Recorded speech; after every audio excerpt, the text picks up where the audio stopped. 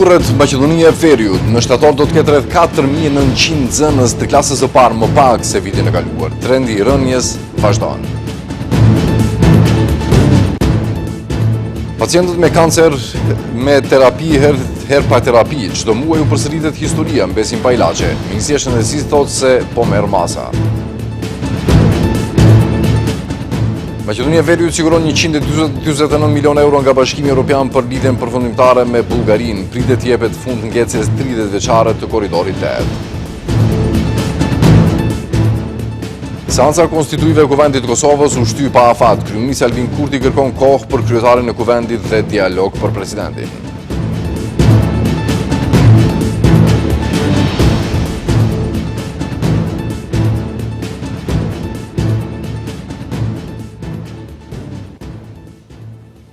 Të nderuar shikues, përshëndetje.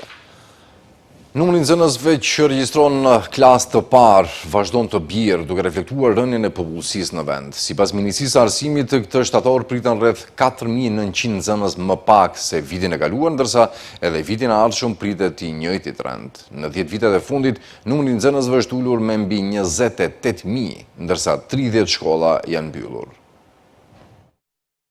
Numri i nxënësve që regjistron në klasë të parë nga viti në vit ulet. Në shtator do të ketë rreth 4900 nxënës të klasës së parë më pak se vitin e kaluar. Këtë ka bërë ditur sot Ministri i Arsimit dhe Shkencës Vesna Janevska, duke shtuar se kjo shifër nuk është përfundimtare. Më vjen keq që duhet ta them, por ky është fakt. Këtë e ka publikuar edhe enti i statistikave. Bëhet fjalë për rreth 4900 nxënës të klasës së parë, më pak nga viti i kaluar deri këtë vit. Sado që të regjistrohen, edhe nëse regjistrohen edhe 2000 të tjerë, do të kemi së paku 3000 nxënës të klasës së parë më pak. Këtë trend e presim edhe vitin e ardhshëm, gjë që është dëshpëruese për këtë vend.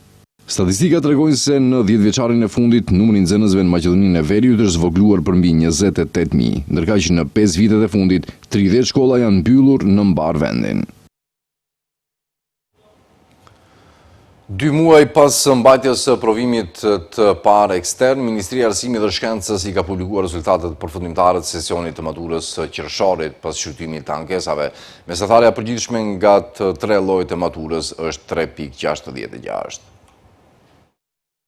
Ministria e Arsimit dhe Shkencës, Vesna Janevska, theksoi se mesatarja e notës nga provimi i maturës në sezonën e qershorit është 3.66, duke përfshirë të 3 llojet e maturës. Janevska, në një konferencë për media, bashkë me drejtoreshen e Qendrës Shtetërore të Provimeve, Daniela Mihajlovska, kanë publikuar rezultatet përfundimtare pas shqyrtimit të gjitha ankesave të paraqitura.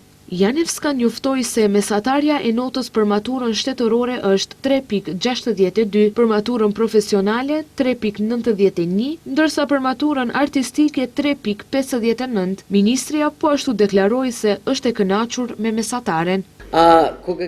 Këtë vit, për herë të parë, provimi u zhvillua sipas konceptit të ri, i cili përcaktoi 3 lloje të maturës shtetërore, profesionale dhe artistike.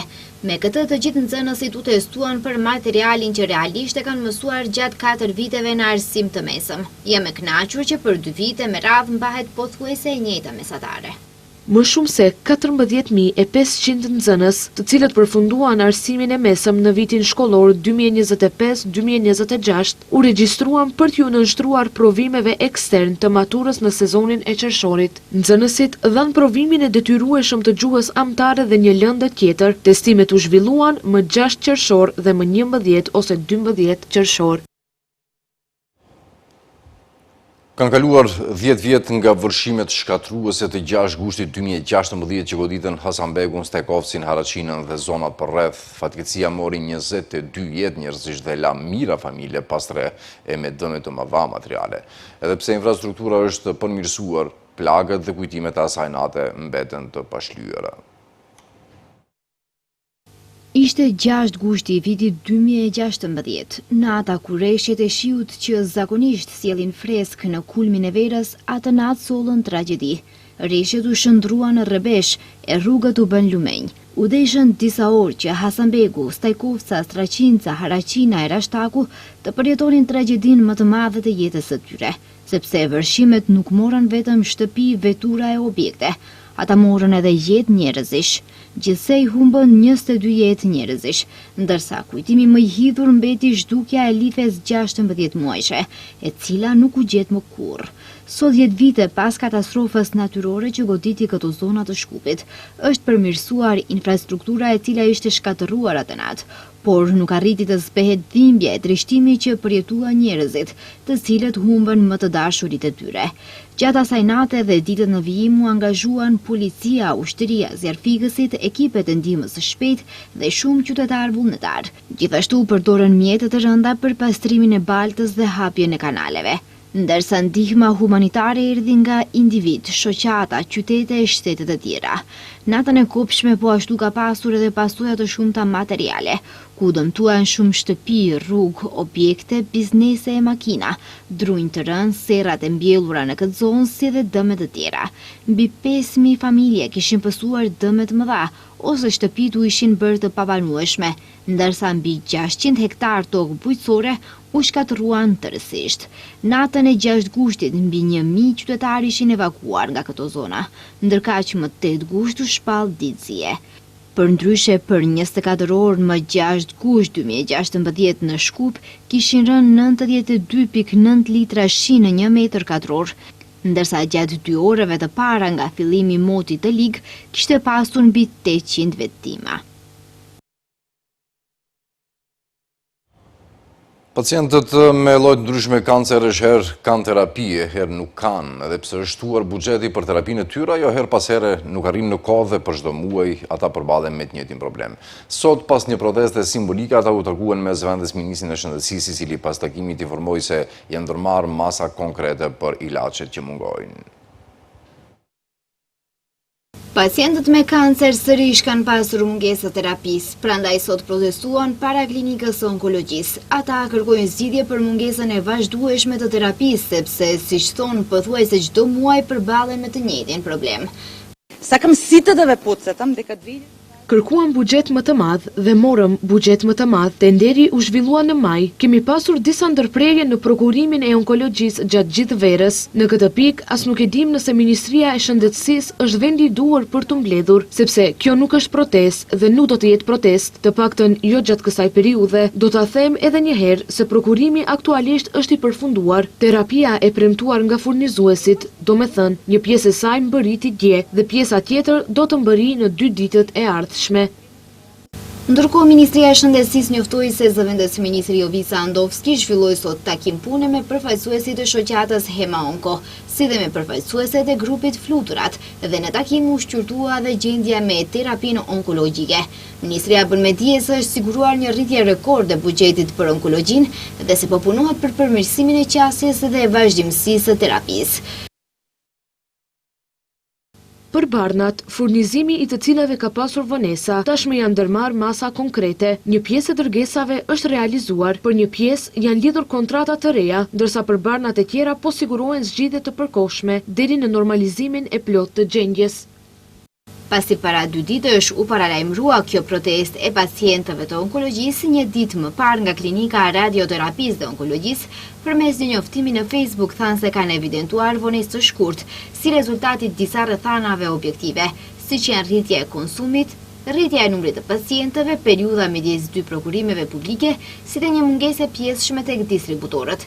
Edhe ata njoftuan se shumica e terapisë së nevojshme është siguruar dhe dorëzuar tashmë në klinikë, ndërsa sasitë e mbetura pritet të jenë në dispozicion gjatë kësaj jave.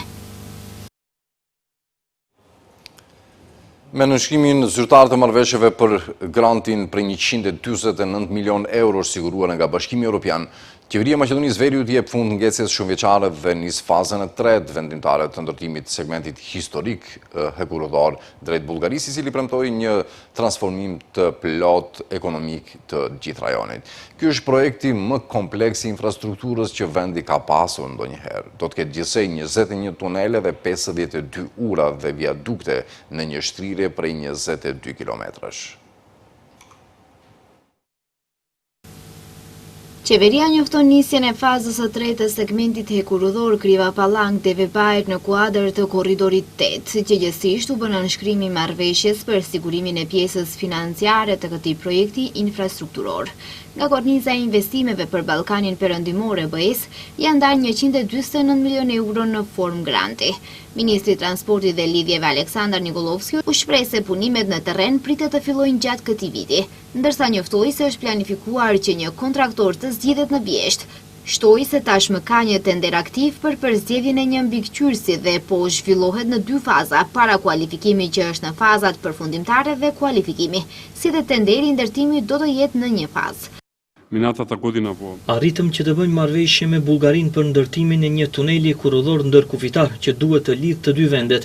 Presim që takimi i dytë ndërqeveritar të mbahet në Shkup në fund të këtij muaji dhe mesazhi është i qartë. Të 2 vendet po i dërgojnë një letër të përbashkët BE-s, BE-s dhe Bergjit për të siguruar një grant për ndërtimin e tunelit, i cili, jam i bindur, do të jetë shumë më i madh se fondet e grantit që janë diskutuar deri më tani.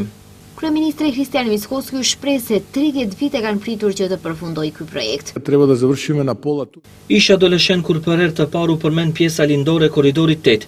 Sot jam kryeministër dhe mund të them me kënaqësi se pjesa lindore e korridorit 8 më në fund do të përfundojë. Nëse atëherë ish adoleshent dhe tani jam 48 vjeç. Kjo do të thotë se kemi pritur për më shumë se 30 vjet që kjo qeveri ta mbyll më në fund projektin që dikush dikur na e shpallte të përfunduar.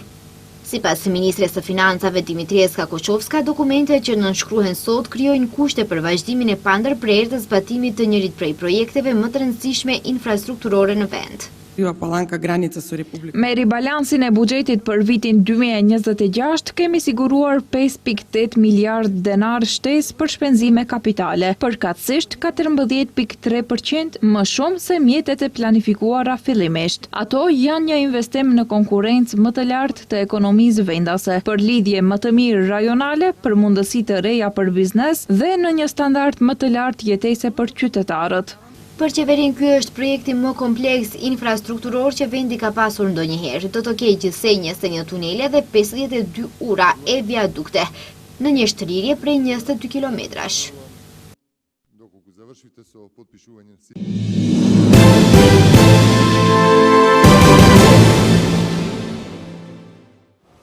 Është me teme lajmet, seanca konstituive Kuvendit të Kosovës u shty pa afat pasi deputetët bën betimin, por nuk u zgjodhen kryetari dhe nënkryetaret. Kryeministri në detyrë Albin Kurti tha se duhet u jepet hapësirë diskutimeve politike për të arritur një marrëveshje për çështjen e presidentit apo presidentes së re. Kurti tha se çdo konstituim i Kuvendit pa një dakordim paraprak për çështjen e presidentit, sipas tij, do të mund të çonte drejt shpërndarjes Kuvendit dhe zgjedhjeve të reja. Seanca konstituive Kuvendit të Kosovës u shtye pa afat, pasi deputetët bën betimin, por nuk e zgjodhen kryetarin dhe nënkryetaret. Kryeministri Albin Kurti kërkoi më shumë kohë për bisedime, ndërsa marrëveshja mes LVV-s dhe LDK-s ende nuk është arritur. Sipas Kurtit, janë të domosdoshme bisedimet me subjektet politike, me qëllim arritjen e një marrëveshje për një president të ri unifikues. Kurti theksoi se vendi ka nevojë për një dakordsim të gjerë që i shmang një tjetër shpërndarje të parakohshme të Kuvendit. Sipas tij, shkuarja sërish në zgjedhje të reja do të ishte pa arsyeshme dhe dëmshme për ekonominë e vendit. Na duhet të marrim kohë shtesë për diskutime dhe vetëm atëherë kur ta kemi arritur dakordimin për çështjen e presidentit të procedojmë me konstituimin e institucioneve të tjera. Herën e kaluar e pam se pa e zgjidhur çështjen e presidentit, kot e konstituojmë Kuvendin apo e votojmë, formojmë qeverinë, sepse vendi u desh të shkonte në zgjedhje. 3 palë zgjedhje për 16 muaj. Është e nevojshme t'i kthehemi diskutimeve për ta zgjidhur çështjen e presidentit dhe kur ta kemi një marrëveshje, ta ftojmë vazhdimin e seancës konstituive, pra kur të jemi të siguruar që kemi bërë çdo gjë për të evituar shkuarjen edhe në një palë zgjedhje të panevojshme për shtetin, të paarsyeshme për qytetarët e të dëmshme për buxhetin dhe ekonominë. Kurti ka qenë në bisedime me Lidhjen Demokratike të Kosovës, por deri tani nuk ka pasur dakordsi. A i ftoi për bisedime Partinë Demokratike të Kosovës dhe Aleancën, të cilat e kanë refuzuar deri tani, duke zgjedhur të qëndrojnë në opozit. Partitë parlamentare kanë rreth 2 muaj për zgjedhur presidentin, ose vendi shkon sërish në zgjedhje. Autoritetet spanjolle kanë sekuestruar 21 ton kokain dhe kanë goditur një organizatë kriminale ndërkombëtare që vepronte mes Spanjës, Ekuadorit dhe Dubajit. Në operacion janë arrestuar 43 persona, 8 në Spanjë dhe 36 në Ekuador, ndërsa janë sekuestruar rreth 1 milion euro para kesh dhe janë ngrirë prona, automjete dhe asete financiare. Sipas hetimeve, organizata me bazë në La Rioja përdorte portet e Malagas, Algeciras dhe Valencias për të futur në Spanjë sasitë mëdha kokaine nga Amerika e Jugut. Autoritetet spanjolle bëjnë ditur se rrjeti ishte i ndarë në 3 deg. Dega në Spanjë e përbërë nga shtetat spanjoll dhe maroken krijonte kompani për të kamufluar aktivitetin kriminal dhe për të lehtësuar importin e kontejnerëve. Dega në Ekuador kontrollonte dërgesat e drogës kryesisht përmes portit Guayaquil, ndërsa dega me silinë e Dubai përbëhej sipas autoriteteve nga investitorë me origjinë shqiptare që financonin kompaninë spanjolle për të fshehur dërgesat e kokainës. Hetimi zgjati mbi 2 vjet.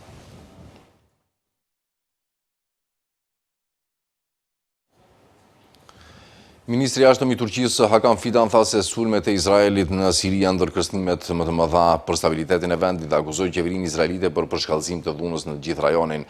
Sulmet e Izraelit që synojnë sovranitetin dhe integritetin territorial të Sirisë janë ndërkërstimet më të mëdha për stabilitetin e vendit, tha Fidan gjatë një konferencë të përbashkët për media në Ankara me ministrin e jashtëm të Sirisë Asad Hasan el-Sheibani pas takimeve.